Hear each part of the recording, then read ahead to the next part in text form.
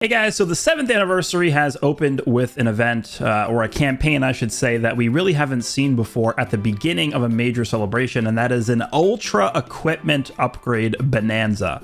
This is the highest current level of equipment bonanzas, which means this is the best time to be rolling equipment, upgrading equipment, and farming equipment. Now, in order to upgrade equipment, you need 3 different types of resources. You need Zenny, you need the new types of boost souls, and you need slot removers. Slot removers is a resource that for a lot of new players might seem difficult to get, but now that we're in the anniversary, there is one area where you really want to make sure you are getting the most out of, and that is the raid event. So there are going to be 8 different raids present throughout this anniversary celebration. This is the first raid event that we're getting. Now, this raid event is up for 9 more days. It looks like it's going to be up for 10 days in total, and each raid is going to be up probably for around the similar amount of time. But the reason why the raids are so detrimental to be farming is if we head over to the exchange shop and go over to the actual exchange shop here, the anniversary raid shop, there are a bunch of different resources in here. I've actually already bought some of the resources out of here, but I believe there were also arts C medals in here for arts boosting characters.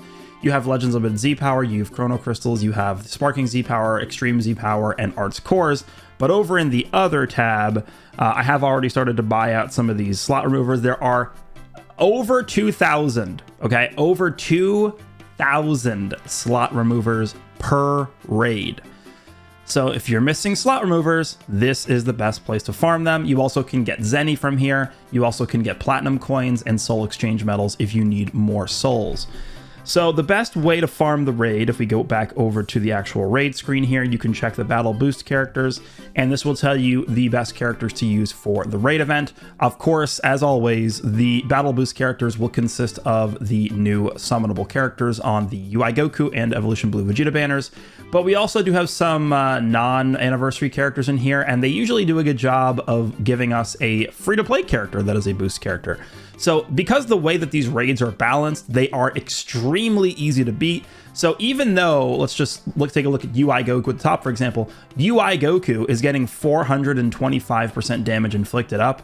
It's really not going to make that much of a difference whether or not you clear this with UI Goku versus the Golden Frieza on the bottom, even though Golden Frieza is getting a lot less of a damage buff. He's only getting 150% damage.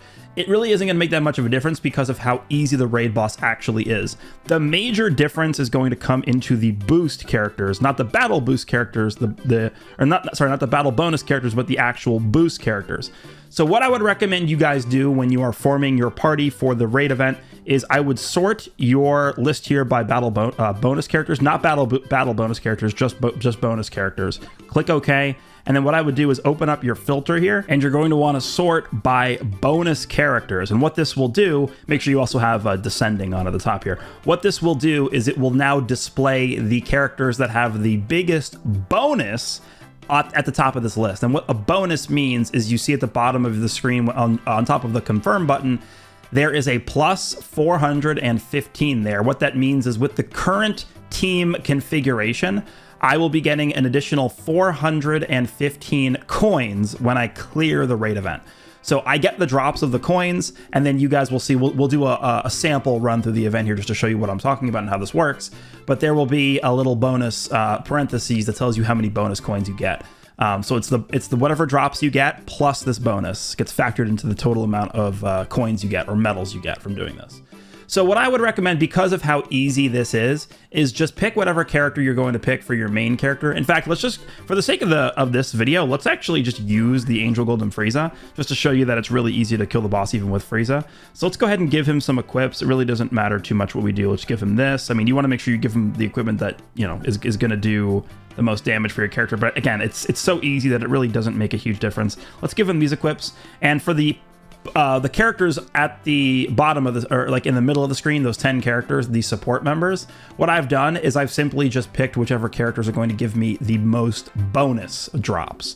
Does not really matter in terms of the Z abilities, doesn't really matter in terms of the Zenkai abilities, because the boss is designed to be easy to beat. Just you want to maximize your bonus drops. So let's go ahead and click confirm here, and let's go ahead and jump in with this team. This is just a free-to-play Angel Golden Frieza. I have not arts boosted him at all, but he is 14 stars because I grinded him up. And let's see how difficult or easy this is going to be. So I guess the one thing just to mention about this is Golden Frieza is type disadvantage to Jiren, but I really don't think it matters too much. Okay, that guy actually left, even though he wasn't even using a bonus character. It doesn't really matter. I think it should be fast enough. As long as you are killing the boss within the Rising Rush that you and your buddy should be doing together, the boss should die within that first Rising Rush. And I don't think it matters whether or not you use Frieza or not. So assuming the buddy knows what they're doing, and this is obviously going to be faster if you play this with someone you actually know so that you can coordinate when you're going to be rushing and things like that. But typically at this point in the game, people know how this works. So let's just click on all the Dragon Ball cards, which are all the cards in my hand right now. Get our Rising Rush as fast as possible. One thing definitely want to reiterate, I mean, it's common knowledge, but unless you are maybe new to the game or you don't understand how the raid system works in this game, you do not want to click the Rising Rush button until his shield is depleted. So the shield is now depleted, his health bar is exposed. My buddy now has his Rising Rush, so I'm just going to go ahead and click my Rising Rush button. He should click his Rising Rush button at the same time. This will activate the Super Rising Rush, and even though my Golden Frieza is a free-to-play character with less damage boost, type disadvantage, we should have enough power to get rid of Jiren here with just this Rising Rush damage, and that's it. Let's see. Okay, yeah, he's dead. It's not even a question. He is dead. So again, it really doesn't matter if you have UI Goku or not. This is a free-to-play character that you can grind right now. So if you don't have this Angel Golden Frieza, this is going to be the character you want to get for this raid, unless of course you summon for the new characters and you have any of the new characters that are listed under the bonus characters. So you can see right there, I did actually only get 1 medal as a drop, but because I have the 415 medal bonus drop, you can see in the parentheses there, it says plus 415, my total medal count that I got from clearing this run is 416 medals in total. So we're going to go ahead and click this. We end up getting some of the combat rewards there, which are nice. And that is essentially how you clear the raid as fast as possible. Again, if you don't have Angel Golden Frieza, but let's just say, for example, you have Goku and Frieza, or you have Future Gohan and Trunks, or you have, I don't know, like Kid Goku. Any of these battle bonus characters are going to be good, and they're going to work just as well as Frieza, because as long as you're just killing the boss within that first Rising Rush, the speed is going to be the same, right? The boss is still dying within that Rising Rush regardless. So that is what you want to do to take advantage of the raid events. Again, this first raid is up for the next 10 days. This exchange shop you can see in the top screen is up until July 26th. But note that each item in here is only going to be available for 12 days. You see each item says 12 days left. As new raids get added to the game, they will add new items in here, and then you'll see the difference between these items going away sooner than those newer items.